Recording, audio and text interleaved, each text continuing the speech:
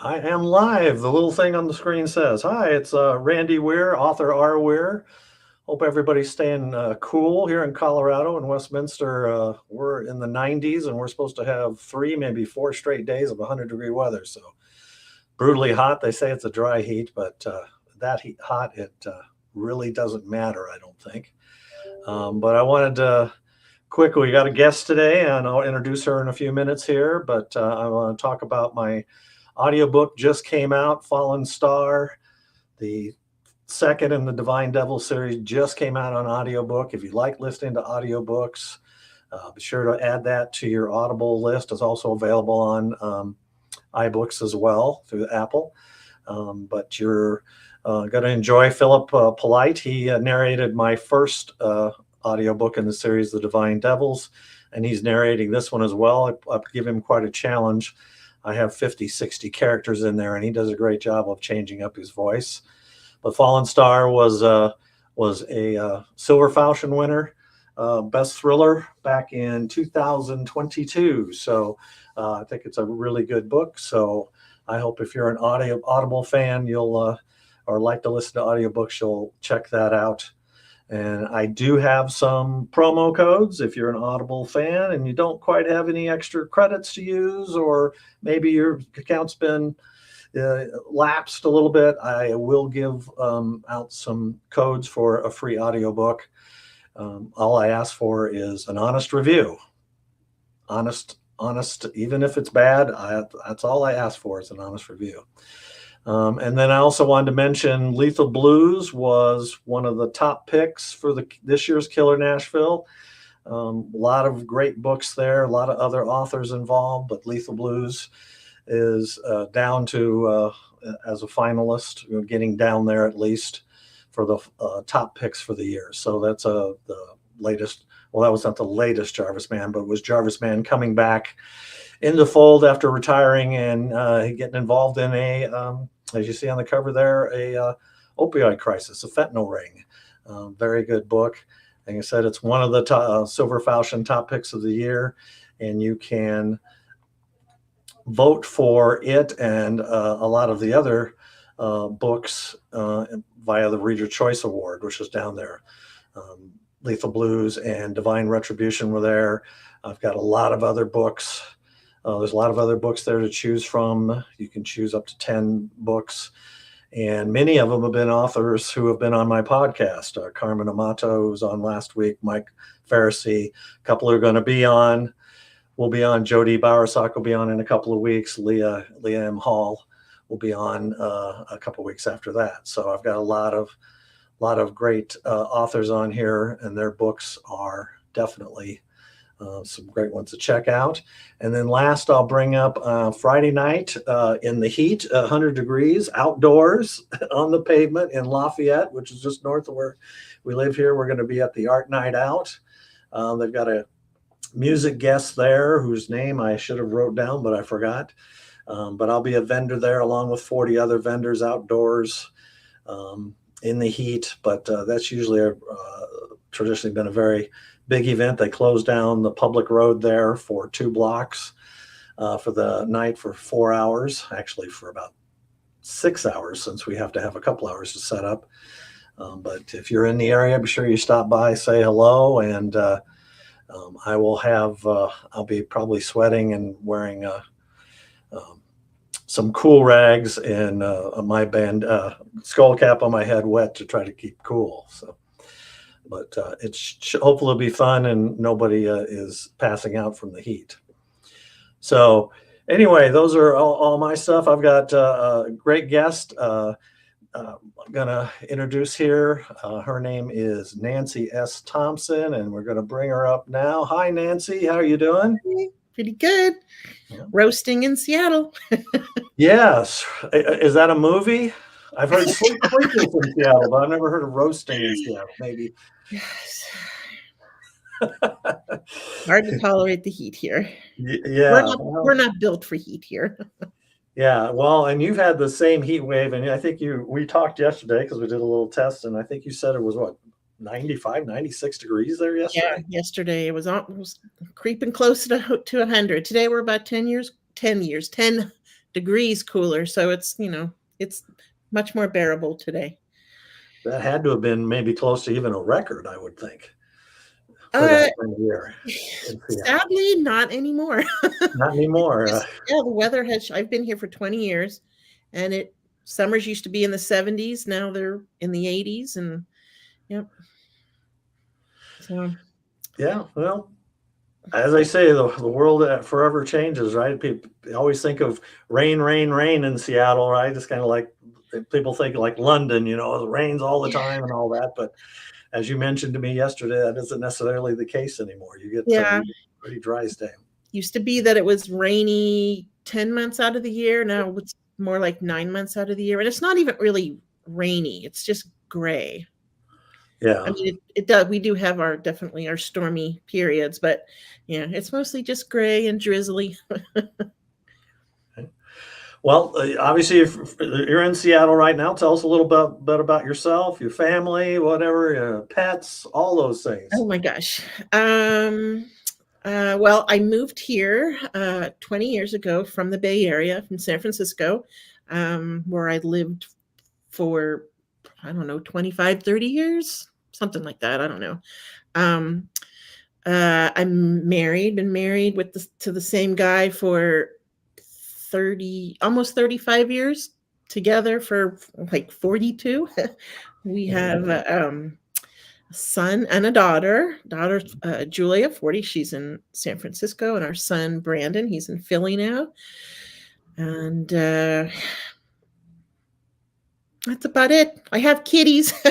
I'm a dog person, but it was hard losing dogs, so just focusing on my kitties now.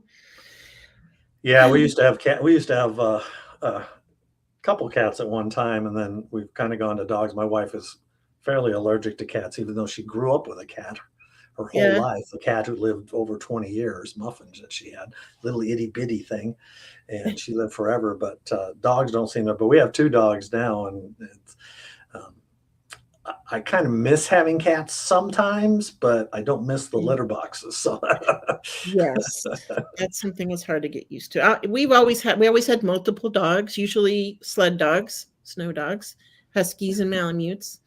yeah. But losing them was really hard. Lost them, pretty close together, and so it was hard. And now I had a cat at the time who was, when my first dog Malia died, we got Jack, my giant Malamute, a cat. He loved cats. The cat loved him. And when he passed, I got the cat. Her name is Sky. She's a Maine Coon. Got her a cat. Dumbest thing I've ever done. She does not like cats, so she only likes dogs. And now she's diabetic, so that pretty much keeps me tied to the house all the time because That's it. food. That's interesting. Yes, So a Maine Coon, they're the ones that don't shed, right? At least they're not supposed to. No, they don't shed very much. Yeah. They have long hair and an undercoat. We usually have her shaved in the summer. But Maine Coons are very large Yes. and beautiful. She's a beautiful, beautiful, beautiful cat, but very moody, as cats tend to be. Well, they sleep all day, right? So 18, Yeah. 20 hours or And then, whatever. and then they're up all night long meowing. So I saw on your website you have some interesting hobbies. Besides writing is probably not a hobby though. It's more of a profession these days for you, but Yeah, well, I kind of retired right about the time I signed my book deal, and so it was perfect timing. But because, and then I had to start writing the second book. But before that, I was just painting all the time. I love contemporary art, and so I was, painting, painting, painting all the time, and I would really like to get back to it. I focus all my time on writing because I'm kind of sort of under a deadline. But and besides, the painting. So do you have a separate paint studio from your no, but writing studio? but we hope to build a home up in the San Juan Islands in a few years, and then I want like one giant room. Half will be dedicated to writing, and the other half will be painting. So, yeah. And And I saw that you play piano too. It sounded like you like to do classical. yes, I love classical, but also, playing piano. I don't read, or I such a struggle to read music, so I do it mostly by ear. And if you don't do it, it's like a language. If you don't do it constantly, you kind of forget, and then it's like starting over again.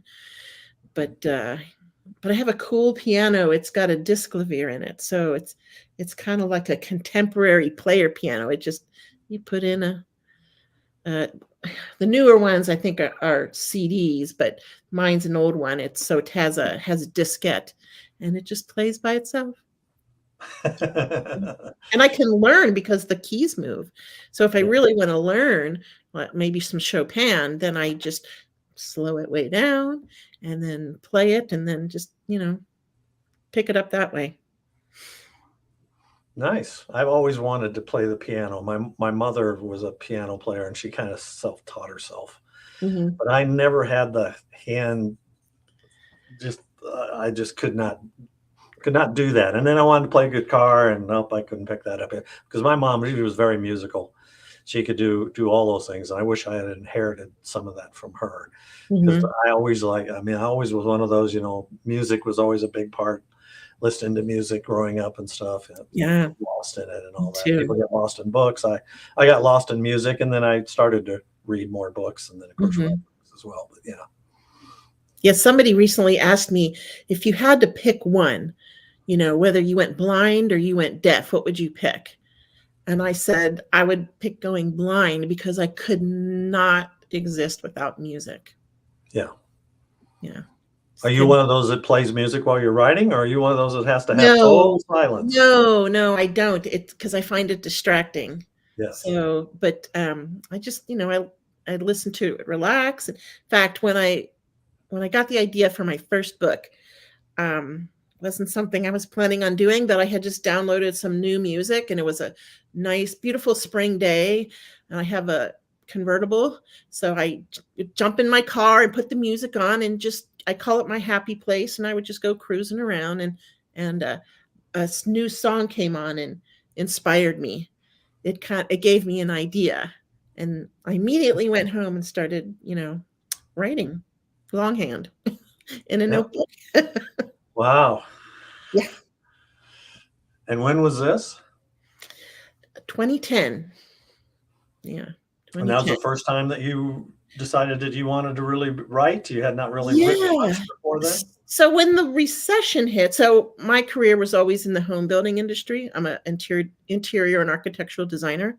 Mhm. So kind of the cat and or the canary in the coal mine. So when things started to get bad, my business was the first thing to feel it. So I started cooking all the time. Spent 2 years watching every cooking show and cooking everything imaginable, and just got bored with it. So when this song came on, it just kind of like it just sparked something in me. And the song was called Hurricane by 30 Seconds to Mars, one of my favorite bands. And it just made me think, um, what could make a good man commit a terrible crime? And could he find redemption afterwards? So that's where Sure. my first book came from. And which book was that? The Mistaken. So The Mistaken. So you gave me that one here, so I'll throw that There it is. up there. Yeah. And That's there's a 2. that's a cool cover. I like the cover there, the little bullet holes. I have a few covers with bullet holes in mine too. That's new. So yeah, so I recently had those that series new covers done and branded because I didn't have that before. Yeah. When I first wrote this book, I actually got a contract with a publisher, a small publisher, and but I don't know how it was a couple of years, and then they ended up closing their doors. I got my rights back, and I couldn't afford, I couldn't afford to like brand them. So I'd had a second cover made for my second book, Leverage, and I sat on that for a long time. And then recently just decided I'm just going to spend a little bit of money and get these redone. And yeah, I like them. Yeah, so there's Leverage there. So obviously the first book, it must take place, because I see it looks like the Golden Gate Bridge, so it must take place in the Bay Area, That's I'm assuming. actually the Bay Bridge, but yes, it is. Yeah, It's in the is Bay. it? It's in the Bay Area. Yeah. Yes, yes. They actually the Mistaken is in part of it's in the Bay Area and part of it is in Seattle. But and then Leverage is most all of it is in Seattle. Because those are the two cities I know best. Well, as I say, you write what you know, right? Yes. I was lucky So, to live in very beautiful, interesting places. so you told me what kind of motivated you to write, and the first thing you wrote was The Mistaken. the Mistaken. So, how long did it take you to write that? Surprisingly, like I said, I hand wrote it, no dialogue or setting. But I wrote it I think I wrote it in third person present tense, and I hand wrote it in a notebook. It took me 8 weeks. And then at that point, I thought, I might have something here. So let me, put it, put it on the computer, put it in Word, and put in dialogue and setting and all that kind of stuff. And that took me, I don't know, probably another month.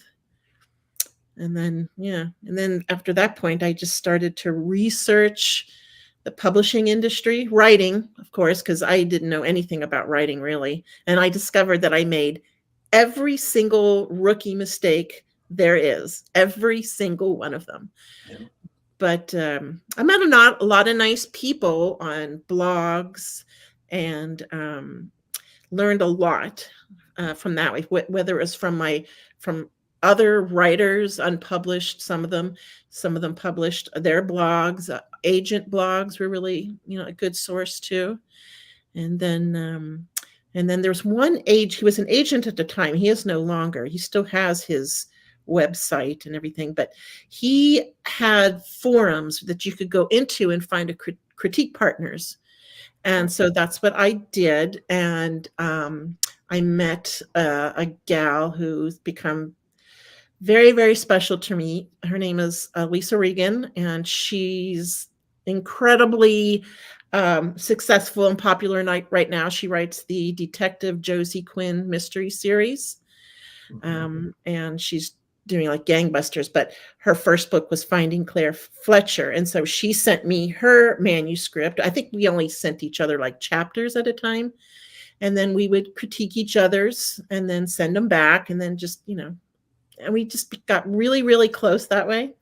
Sure. And then became really close friends, after the critiquing was all done. But Does she live in Seattle too? she lives in Philadelphia.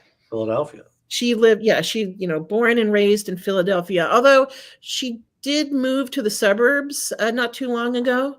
But yeah, she's still in the Philadelphia area where my son lives too. So you just connected online and obviously hit it off. Yes. Yeah, I was just connected in Nathan Bransford. He was a very, very popular literary agent at the time. So he has a section in his website for forums, and one of them was for critique partners. And we just kind of, I don't even know what it said. I think we had both written, mystery thrillers or something, and we just connected that way. We gave each other a quick little synopsis of our stories, and are you interested in critiquing with me? And neither one of us had been published. She had been writing her whole life, but for me it was brand new, so I was kind of scared. But I remember when she sent me her first chapter, and I don't know if I had it on my phone or whatever. I remember sitting down and reading it, the first paragraph, and I'm like, oh my God, this woman is going to be a New York Times best-selling author someday. And Mm. You want to be her agent then, right? And this gal, she doesn't even need an agent. She did get one, but she didn't. She's not anymore. She doesn't need it. I mean, her books are just wildly popular. Really, really good books. Great. Yeah. So some of the authors, so you didn't really start writing, and you said till about 2010. So you didn't really ever write like when you were younger or before that, or even in school. No. Did you have authors that kind of you enjoyed reading that Oh, kind of sure. inspired you that you Sure. I mean, I think back then I loved John Grisham. I mean, I still like John Grisham, but um, Lisa Regan, she actually is the one who turned me on to two of my favorite, besides her, two of my favorite authors, John Hart and Greg Iles, Iles. Yeah, so Iles. Yeah. And they're both huge names. I love them. Yeah. Yeah. Mhm. So you enjoy reading them. So they're in the same type of genres that you Yes. do, thriller, crime. Yes. Yeah. So they write more. I mean, I would say they are in the thriller area, but they're also mysteries, So, um, suspense. I mean, that's a little bit different because, thrillers are more about a ticking clock, and mysteries and suspense, they're more who done it Right. type of a thing. Yeah, I like the counting clock best myself. Well, and I've done both. So, but yes, they're definitely different, and they kind of bleed over into each other too. I They do. mean, obviously, you They can do. have that, and sometimes thrillers can be a little more grittier than the basic mysteries. Of course, you got there's so many different cozy mysteries Yeah. and all that, which are I usually I am not smart enough to write mysteries like Lisa does. No, yeah. I could never write that. I'm just not, all those puzzle pieces that you have to, and red herrings and things you have to put in there. I'm not good at that. Yeah. Yeah.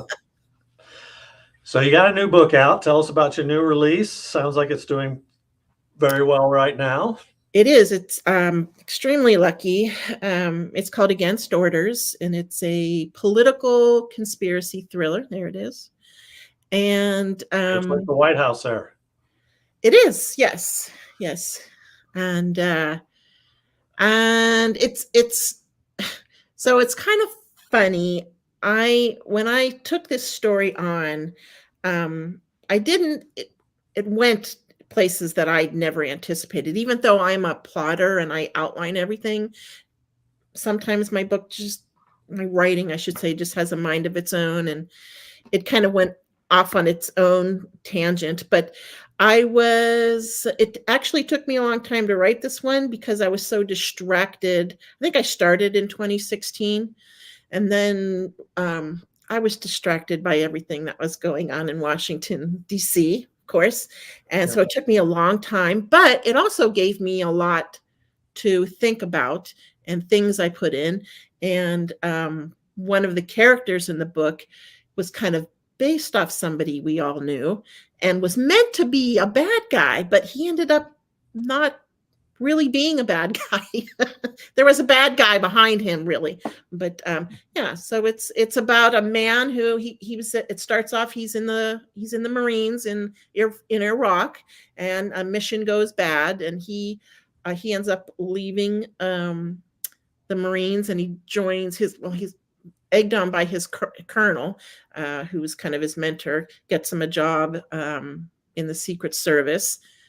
He's does that for several years, and that kind of has the same thing. Something goes wrong, and he gets drummed out of that, and then he takes on a job as a private bodyguard, working for a private military, a private security company, and he's hired to protect the adult daughter of a man who's running for president of the United States. And then they discover some things about him, about so his name is Kynan, and her name is Raina, and her father's name is Wit, and they find out some things about wit and end up having to go on the run. People have shadowy pasts in a lot of these type of books, don't they? Yes, Yeah. yes.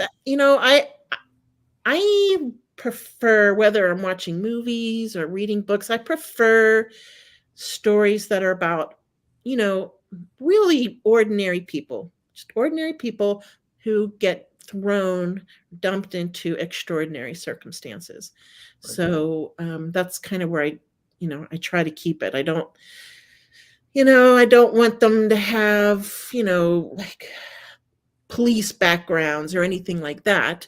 Mhm. I mean, this guy has a military background and a Secret Service background, so he's good at the protection type of thing. But when all kinds of shady stuff starts happening, neither one of them, they go on the run, neither one of them have the toolbox to deal with all this. And so, yeah. They have to figure it out along the way on their own, and I'm sure they Yes, make they lots do. of mistakes in the process, Yes, right? yes, yes, definitely. Yeah. And So I where did always like to include some romance in my stories. Yes.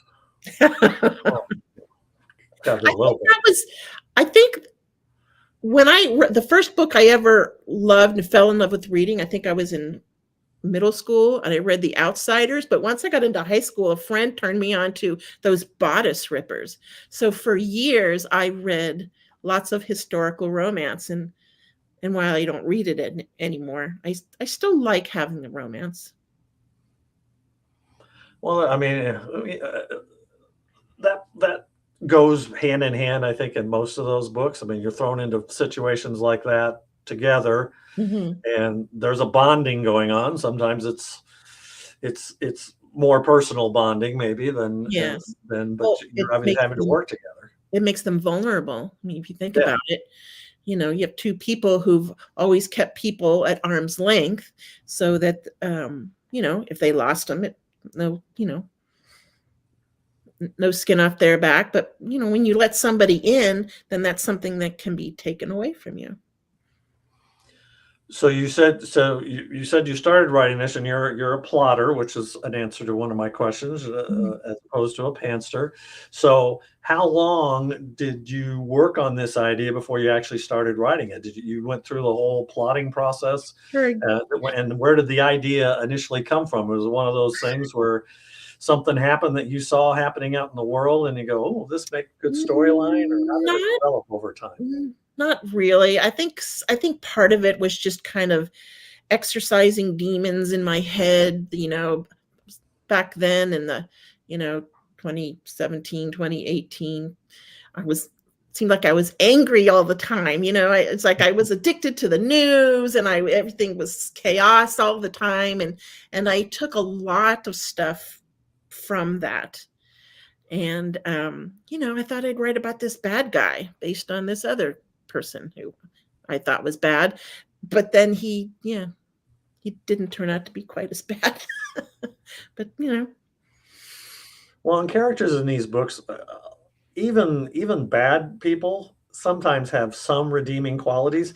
If you're that that's right. caricature where you're just this over the top bad guy and you hate everything and everything and have no redeeming value, those get a little boring. But I think even Yes. our good characters have their bad traits as well. So I think you have Yes. to have that bleed over. And my characters always tend to be very flawed.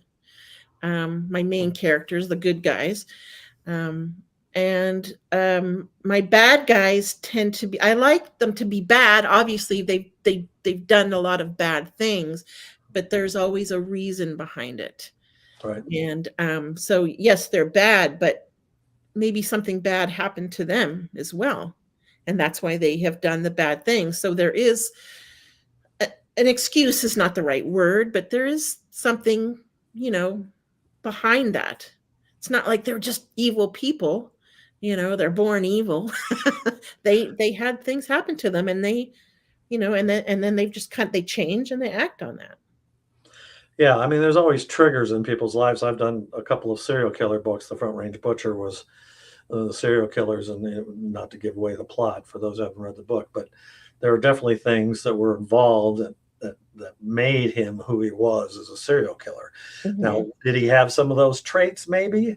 And that's always the big debate. I was doing a lot of reading and research and stuff to talk about, are serial killers born that way or are they made that way? And there's still a lot of debate on, is there, some gene or something that makes them more likely to become a serial killer and all those things. So yeah, Yeah. I think a lot of times in cases like that, those people they tend to be psychopaths. But at the same time, like the main character, not the main, he's the person who's running for president and against orders.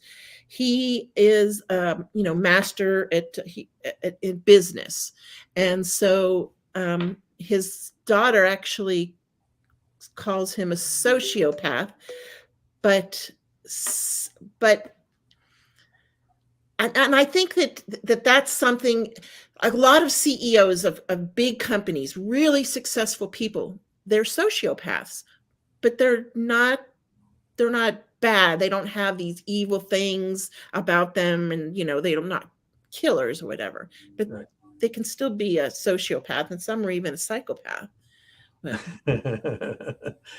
Well, I talk about, and I have all my books back here, the Reacher series, and I mention that to people all the time. Jack Reacher is a little bit on yes, that edge too, yes, where he's a little bit of a sociopath, maybe a little bit of a psycho, because he kills maybe for good reasons, but sometimes he still goes over the top, mhm, and then maybe his military background kind of got him that way. I mean, he was probably in some bad yes, situations and yeah. stuff, but yeah. So again, even those good characters have those traits in them as well. So Yeah, in my first book, the main male character, he starts off he's this do-gooder. I mean, he follows every rule, every law, he never breaks the rules.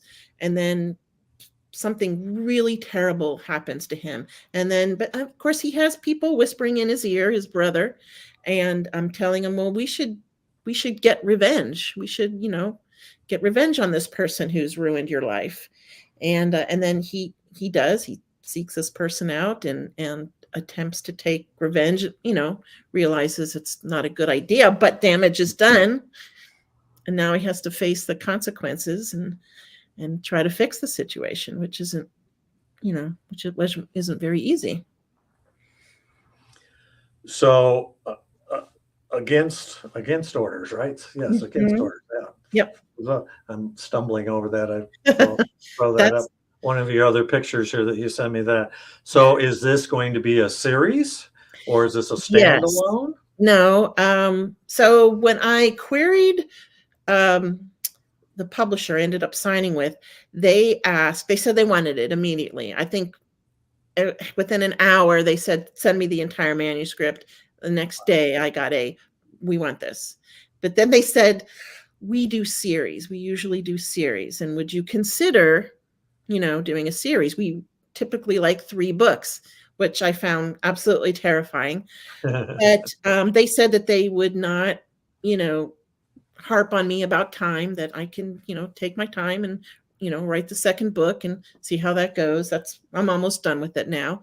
Um, but, yeah, so it'll be a series.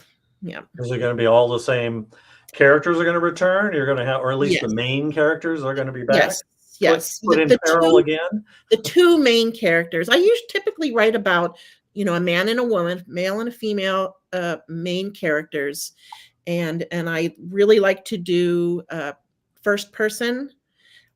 So and then it goes just back and forth between them. And so, yes, in all of the books, it'll be it'll be the 2 main characters. So you've got the two main characters. So you've got the male character. You write from his point of view, the first person, and then you Yes. switch over to her in the first person. Yes. Yes. That's challenging, Yes. Well, that's the way I've always done it. is Even, it? I which is weird because I had never really read much as far as books written in first person. And I don't know, I just felt I needed to do it that way. Yeah. So Well, my private eye series are generally first person most of the time. Not mhm, always, but most of the time. I mean, most of them is from the private eye. And my driver's man series is first person. There's a little bit of third person sometimes, and I get first person from like in the serial killer book. We see from his eyes at times too. mhm, But I enjoy writing that way in the first person. I found for me in my thriller series, I needed to write in third person because I had so many characters in there.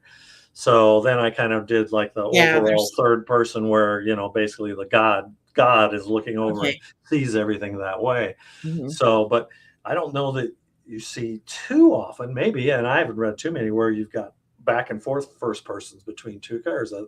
So does it usually go from chapter to chapter, or is it within the same chapter? Typically, but every once in a while, there'll be a reason to, to stay in that character's head for, 2 chapters in a row, but generally, I like to go back and forth.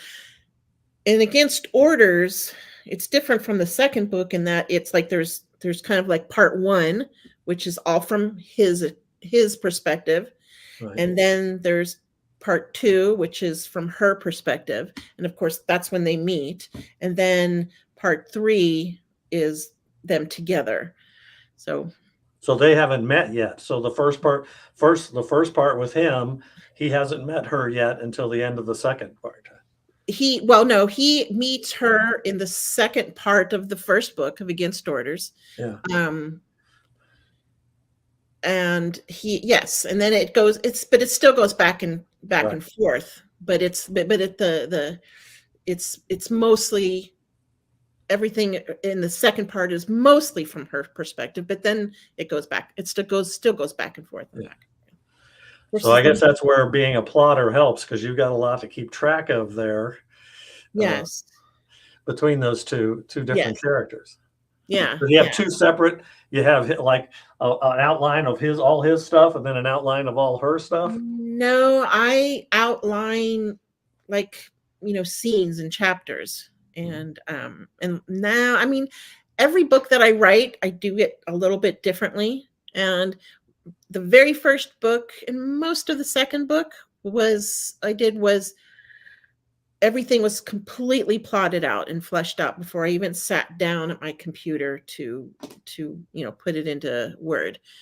Um, Third book, not quite so much, and then my fourth book, and then my fifth book, which my publisher apparently wants, which is completely separate from the Against Orders series.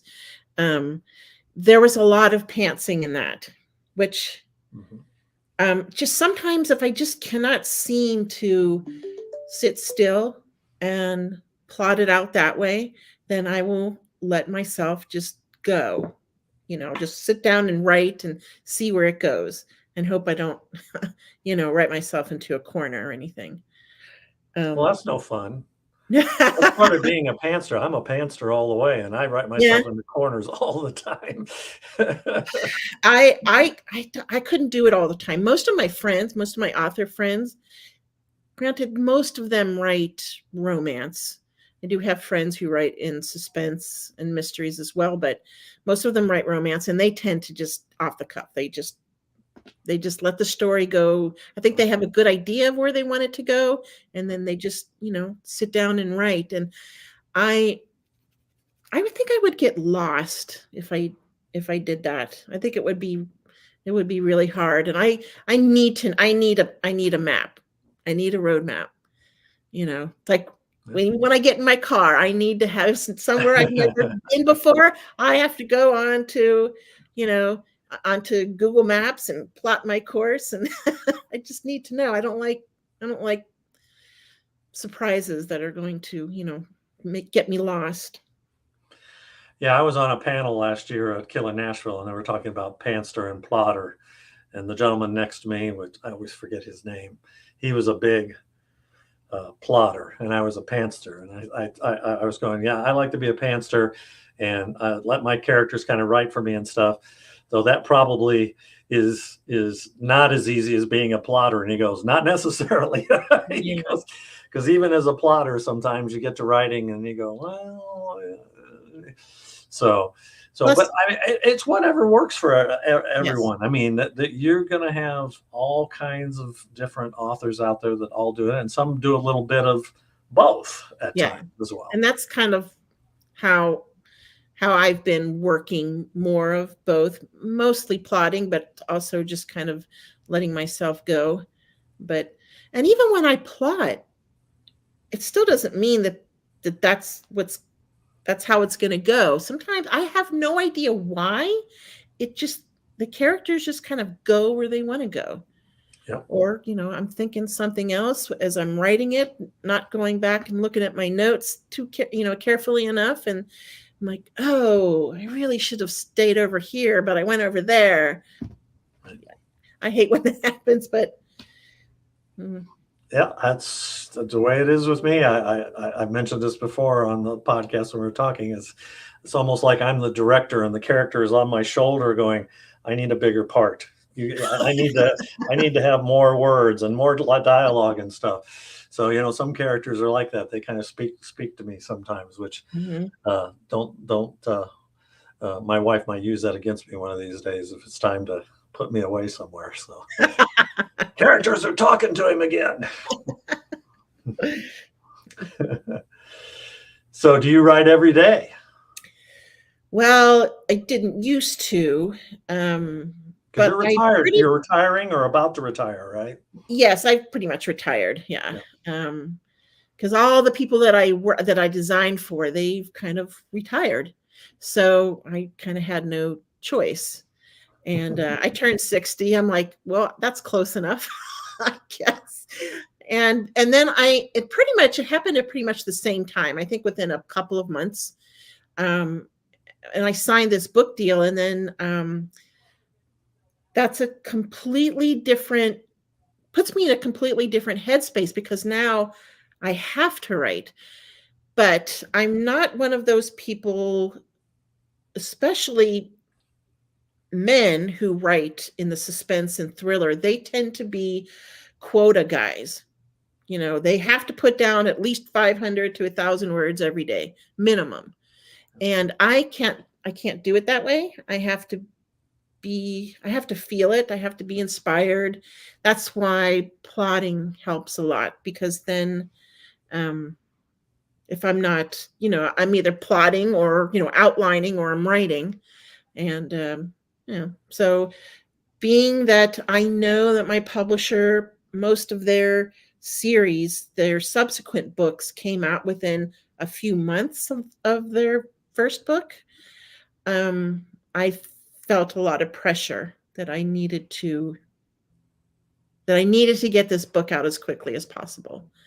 So, and I've been writing it for about 6 months now, I guess. And I'm close to being done. I'm at the climax and I'm a little stuck Yeah. because even though I did outline, it didn't go exactly how I outlined it. I focused on some other things. So, Those characters messed up your script, huh? yeah. Yeah. They do that. I They know. do that. I mean, I tell the people all the time, it's like those characters, they sometimes write the story. For me, they write the story. I mean, being a pantser all the way, I Yes, always have you do. I have a basic premise. Sometimes I have a title for the book, and that oftentimes will change. But I know where it's going to start, and I don't always know where it ends. And I rarely I start at the beginning and work all my way through. Every now and then I'll write the ending before I write the middle, but not Mhm. always. So just because I've imagined it, okay, this way, but then even then I may have to change it because the middle may force it to change. So Exactly. And there are a lot of writers, a lot of authors, particularly in our genre, and they have to know the ending before they even start. And I like to know kind of what's going to happen, in the very vaguest terms. But want I don't have it all figured out in the very beginning. It's probably a better way to do it is to have a beginning and an end, and then, writing a middle. But I just do whatever. Like I said, I don't have quotas. I don't have I don't have a regimen that I follow, but now that I am under contract, I do have to sit down pretty much every day, 7 Right. days a week, pretty much. Yeah. It's not going to necessarily be for 8 hours, but if I can get out, um, if it's outlined, then I want to try to write that chapter, Hmm. you know, get it out of the way and then see where I go after that. Cause they don't always go where I tell them to go. Well, and I'm independent, and I don't necessarily feel any pressure, but I do get fans of mine going, "I wish you could write faster." It's like, well, it's kind of one of those things. It's like, well, it's and we had this discussion. I think it was Carmen and I were talking about this on the episode I did 2 weeks ago with her about AI and having AI write books, and I'm like, that isn't writing in my mind to have put in something and let AI write it for you. And I saw someone post something, I think it was on Facebook. He's talking about the difference with AI. Yeah, they may be able to write a story, but it has no heart. And I Exactly. thought that No was the soul. biggest thing. I think No, the biggest thing is when you're writing it from your heart. A yeah. computer doesn't have that. I've heard that there's, just thousands and thousands of AI books and that hundreds go into Amazon all every day, but I've never come across any. I've never attempted to read any. Even really popular books written by, huge authors, huge names. I probably at least half the books that I start, I don't finish, I'll get if I make it 25% of the way in and it's just not grabbing me, Right. I don't bother. I know a lot of people who just like they bought that book, they are going to push through. And I can't. Yeah. Yeah, I understand that. So how many books have you written so far? Let's see. I had the Mistaken and Leverage, and then I wrote Stirred after that, which is more of an erotic thriller. And then I wrote Against, Mhm. there you go. Then I wrote Against Orders. But before I got my contract for Against Orders in the series, I had written another one called Proximity to Power, which was also a political conspiracy thriller. And that was very inspired by the whole Black Lives Matter Mhm. trend and what was his name? George Floyd. Very So fun. I was very touched and heartbroken by what I was seeing, Right. and at the time, my son, his girlfriend, she's let's say Hispanic. Her mother was from El Salvador. Her father was from Guatemala, and I just I had heard and saw a lot of stuff that they went through, because they have brown faces, not white faces. And it was heartbreaking. And so I Mhm. really wanted to examine it. So my publisher wants that one. I'm not sure if they're going to want that to be a series or not. But Mhm. so that's 5 completed, and I'm almost finished with my 6. And so, Good. Yeah. That's nice. You're going at a pretty decent pace. I mean, there are some people, like you said, your friend Lisa. Lisa, You told me she does like 4 books a year, which like holy yeah. cow. She cranks them out, and they're all so different, and they're all so good. Mhm. And yeah, I just I could not do that. I could not do that. I First of all, I tend to write in subjects that need a lot of research. Mhm. A political Sure. conspiracy, that requires a lot of research into all kinds of things, politics, and things that I'm just not familiar with. With my first series, it was about, especially with book 2 in my first series, it was all about the Bratva, the Russian mafia in Mhm. San Francisco and then in Seattle.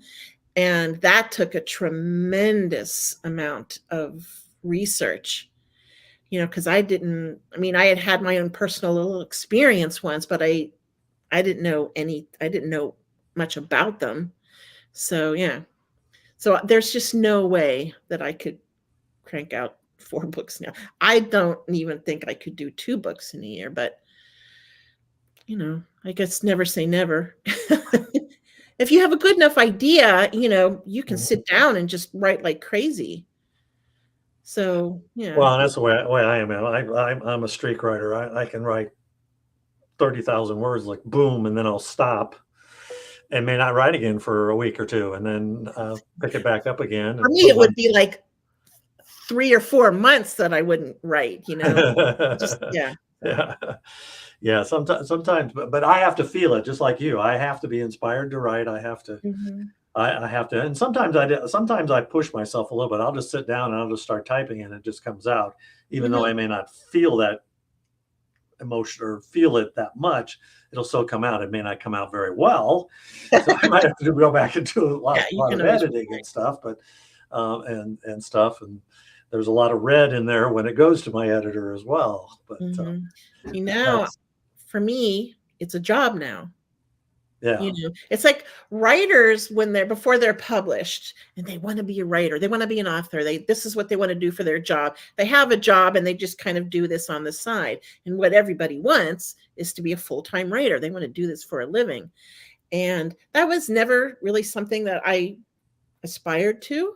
I like to write, that was just something I like to do in my free time. But now it's a job because of a contract. But I think that I've handled it a lot better than I anticipated that I would. Like I said, because I'm not a quota person, so being forced to write, I thought would just be really difficult. But if I know where I want to go, then it's not quite so difficult. And there's always things that happen, particularly when writing about politics and conspiracies. You hear something on the news and you're like, oh, that's a really interesting thing. I wonder if I can work that kind of an angle in somewhere, or that person, or, this place. And so I am inspired by things that I read and see and, hear about. So that helps. But it's a job. It's a job now. So when you see that stuff, do you immediately write it down? Do you have a little notebook that you keep track of? I do it in my I have a notes app on my phone. Right. And I always put everything in there. I have a lot of notes. And when I'm writing, I have so many notes that sometimes I have to start a second one because I've reached my maximum. I can't do that. I mean, I'm an IT guy by trade, but I can't do the digital when it comes to notes. I have to hand write them down.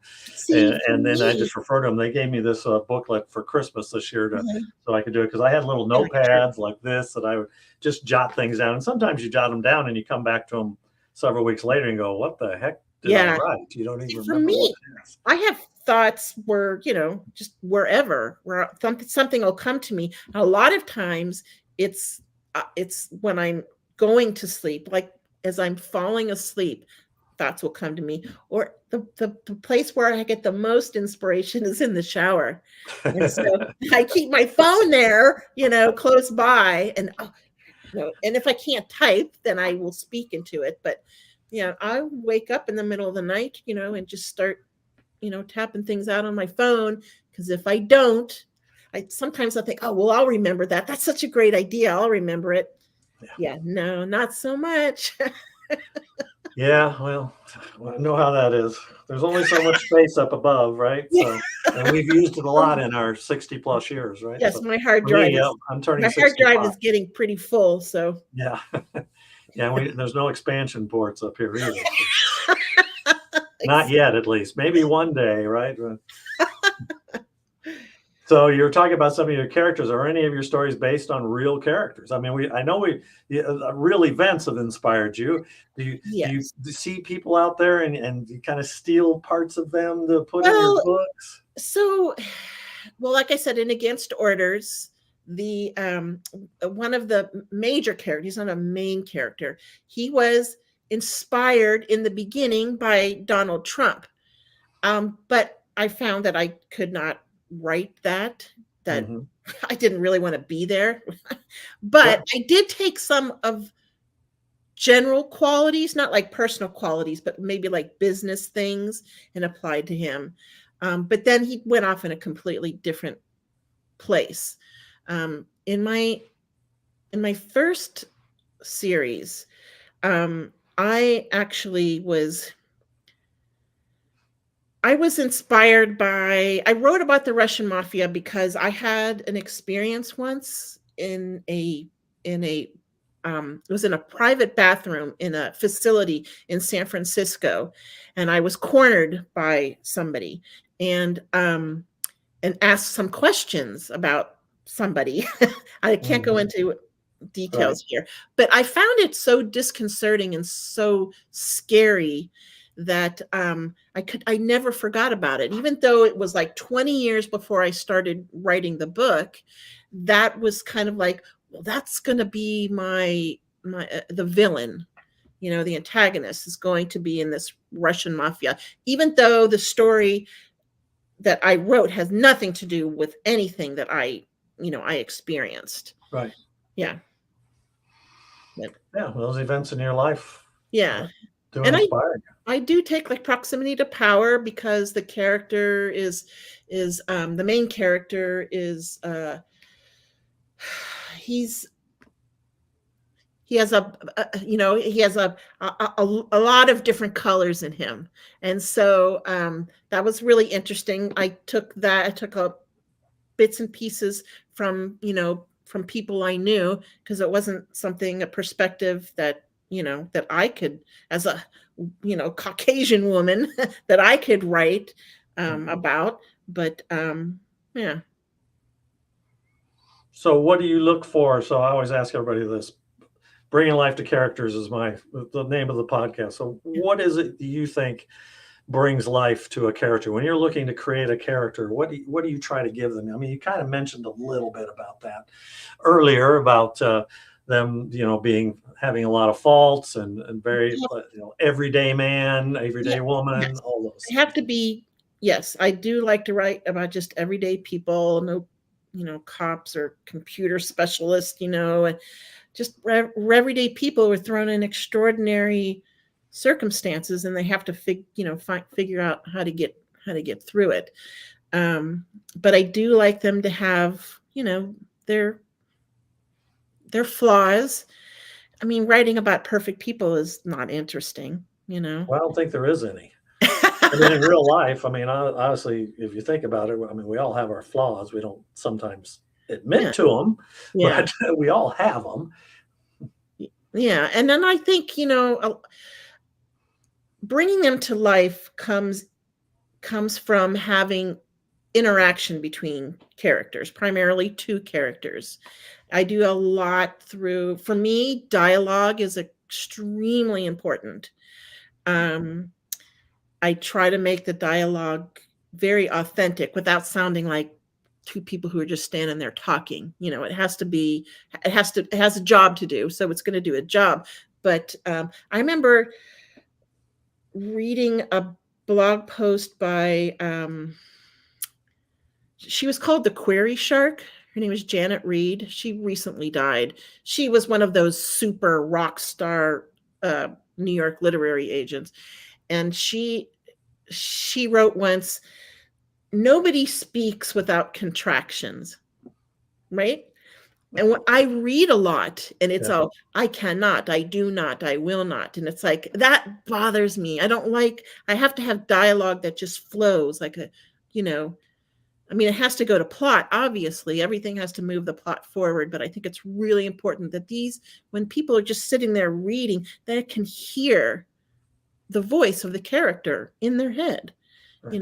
so it has to sound real to them. And I think that more than anything brings them to life, and giving them a job and an experience, bad experiences especially, helps.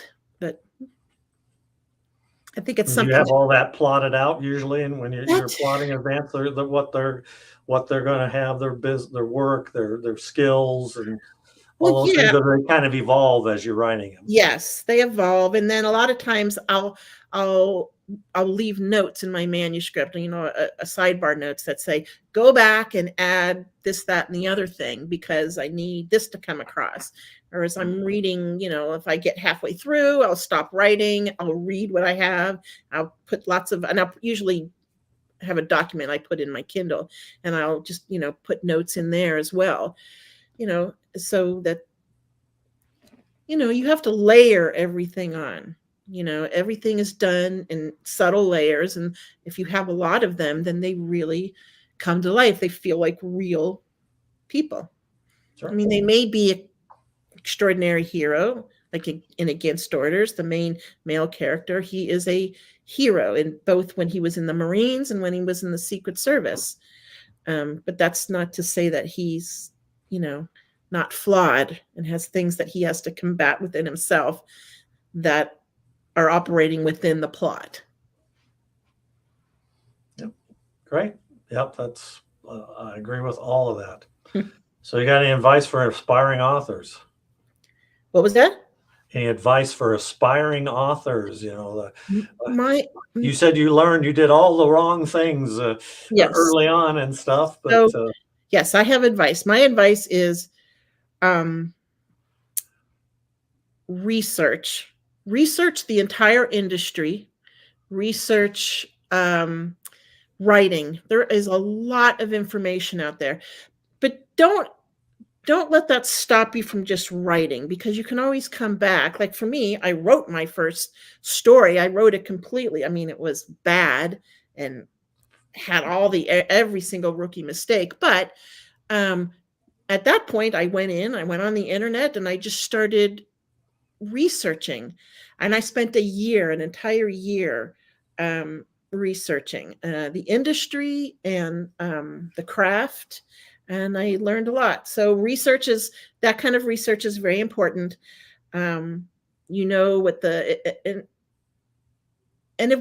want to be, if you just want to be a traditionally published author, you want a publisher behind you, or you want to go indie, you want that kind of control.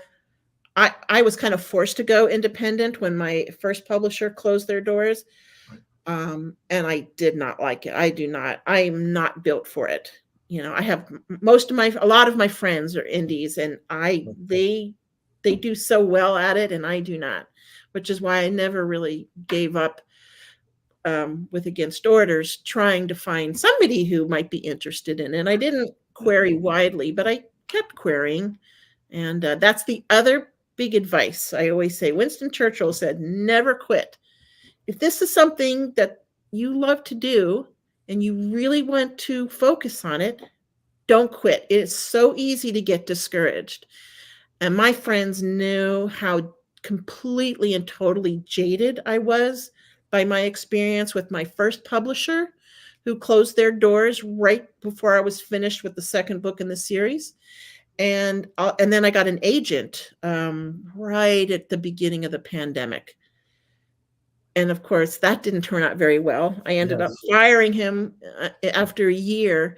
And so I got a lot of that out of like, I don't absolutely need an agent. That would be nice, but I see how that all works, and I don't have stars in my eyes anymore. And I think it's really important to know where it is you want to go. Make friends with lots of writers, published and unpublished. Blogging isn't like it used to be. It used to be, 10 years ago, you had to have a blog. You had to have a writer blog. Mm-hmm. That's not necessary anymore. They call that a platform. And I think if you write nonfiction, then you still have to have that. But yeah, but not if you write fiction. If you're a novelist, you don't need to have that. The blogs anymore. But there are tons out there that have a lot of great information. Yeah, I mean, don't quit. It's out there to find. Yes. And just, don't be in a rush. So I'm sure what NaNoWriMo is. Oh yeah. Yeah. And people, a lot of writers, particularly the first time in November 1st comes along, and people write, I think what's the limit? 50,000 words? Something like that. I could Yeah. never write something 50,000 words and have it be a complete story. That's like the halfway point for me.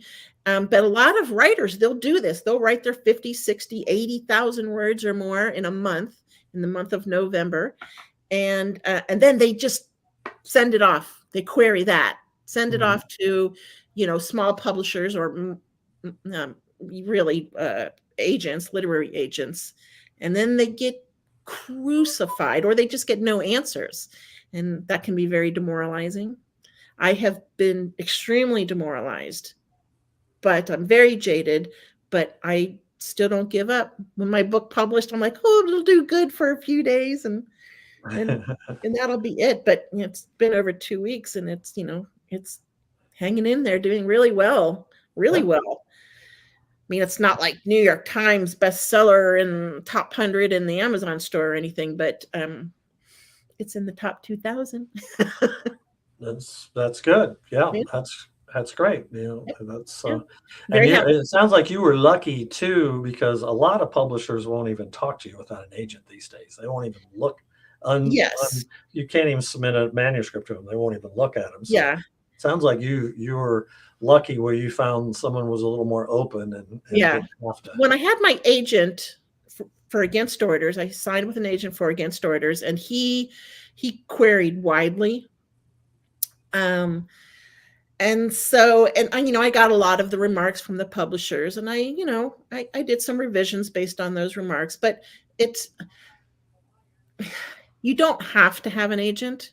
There are plenty of publishers. My publisher, Lisa Regan's publisher, Book Couture out of London. There are a lot of publishers, very, very successful ones that they don't require an agent. And Athon Books is one of them. And they've been very supportive. And my only experience was with my first publisher, and I, I never did very well with them. And I think it was their lack of experience, but I didn't know. I sucks, pardon my French, at marketing. I do not like to promote myself or my books. It's just not in my genetic makeup to sell myself or sell my wares, so to speak. So it's nice to have a publisher who is not who is willing to not just put in the time, but money, in the marketing and in the like BookBub ads. I was very, very lucky, but I didn't sign until, I had 1,000 questions for them, because I'd had so many bad experiences, and all their answers were satisfactory to me, and they they did what they said they were going to do. They're still doing it. So yeah, I'm happy. And I think they started off in like science fiction and fantasy and something that I really don't know what it is. It has to do with kind of role playing. I don't know. I don't even know, LITPRG or something like that. And I Sure. would, every time that their books would launch, they'd be like in the top 100. I'm like, damn, at least doing something right, even though I don't know what that genre is. But Yeah. and then they opened up to thrillers, and they actually started an imprint called Athon Thrills, and that's what I was signed under. And their books have been doing very well, and they've gotten some big names apparently that I wasn't aware of at the time. So yeah, they're growing. They're doing well.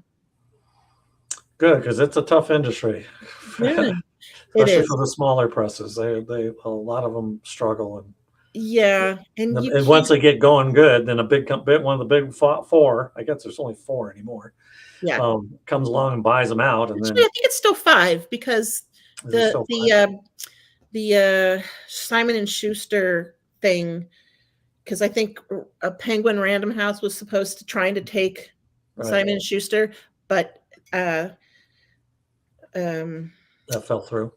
with Well, the well, government blocked it. the government said, "Nah, you can't Yeah, do that. You're all too big. You can't do that." yeah, Then it would be down to four, right. and yeah, so But still, yeah.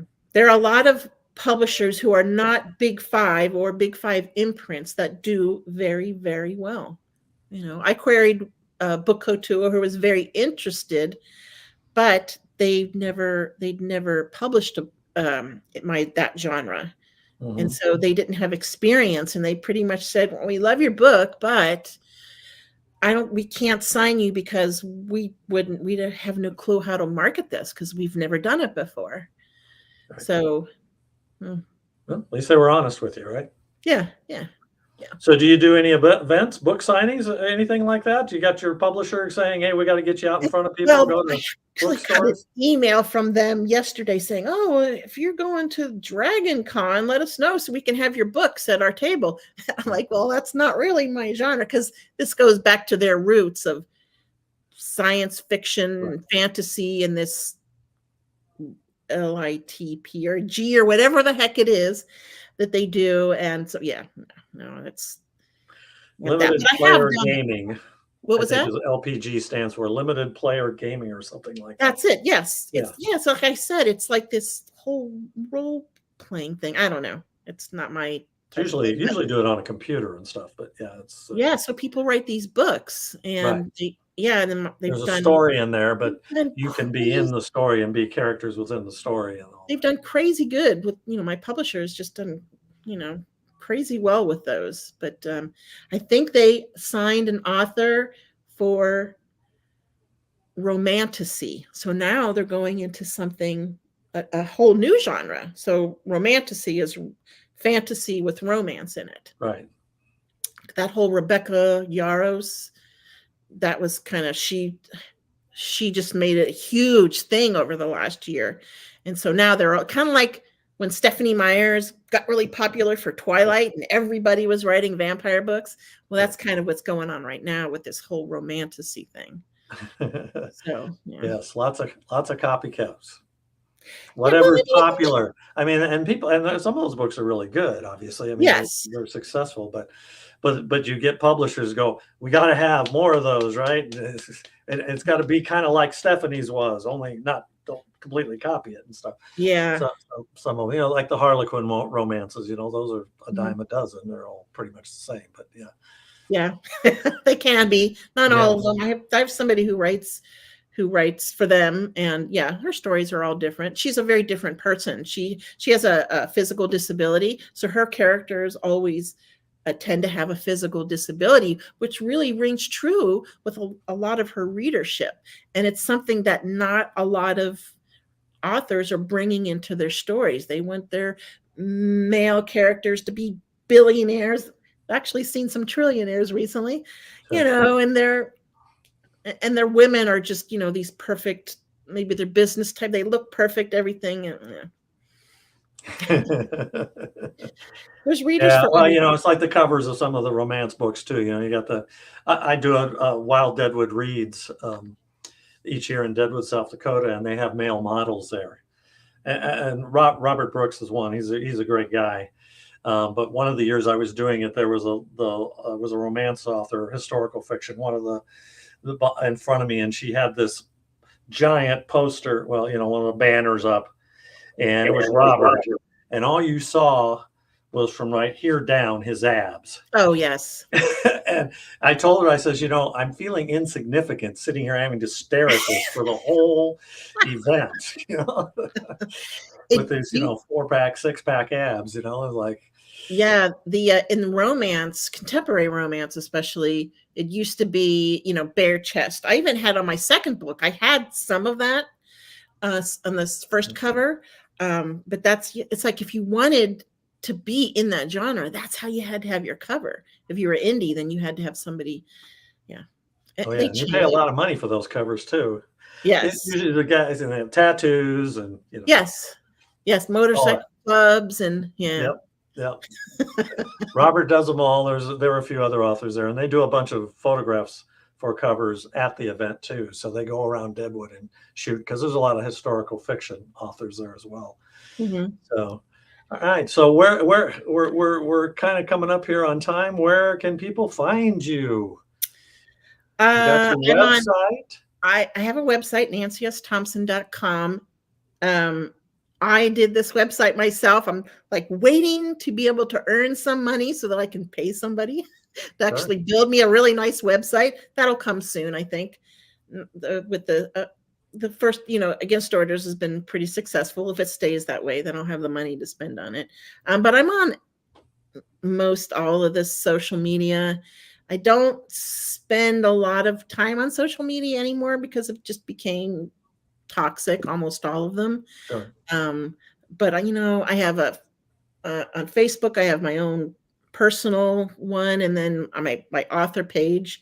I on Instagram and Twitter, X, whatever, Tribal, Blue Sky, all of the ones. There have been a lot of new ones to kind of fill that void when everything was going wrong with Twitter. But yeah, I do all of them. Threads, that's Facebook's answer to Twitter. But Right. I'm on there and I do post every once in a while, but I don't spend a whole lot of time.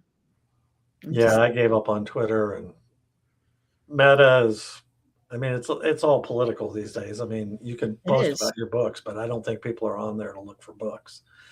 So, Yeah. and then they like Bookstagram or whatever, however that works within Instagram. There's some people swear by that too, but I haven't. Yeah. Or TikTok. That's a Or big thing. TikTok. Yeah, I haven't figured that one out either. Everyone, I'm not. all these events say you got to make TikTok videos to sell your I'm. books, and I haven't figured. I've considered it. I'm not on there, and it's probably a good thing now because they might not be available in a year They in may this ban country. it. Yeah, So, but you can book do talk. reels. You can do Yeah, reels that's instead cool. within Facebook and stuff. So Yeah, I've made one reel once on Instagram, and it was my paintings. Some of them, I should say.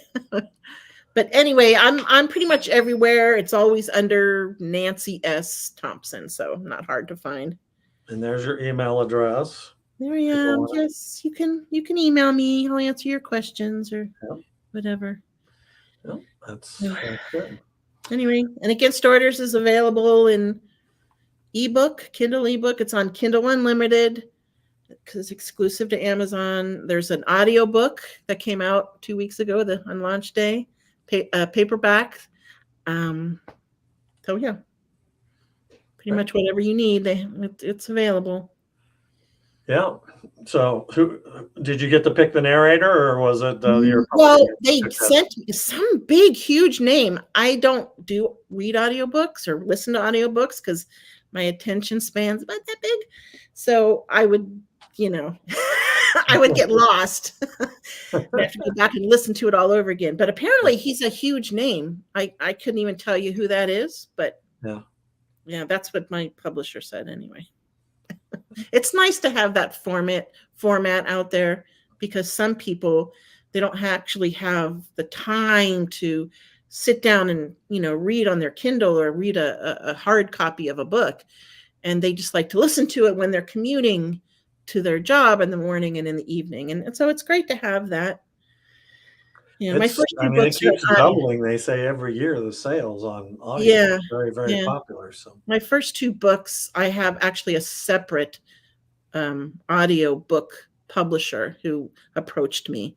My third book, because it's erotic, I didn't really feel comfortable with, seeking an audiobook for that one. But yeah, if I stay with Athon, that's what they do. All their books are on audio have audiobooks available. So.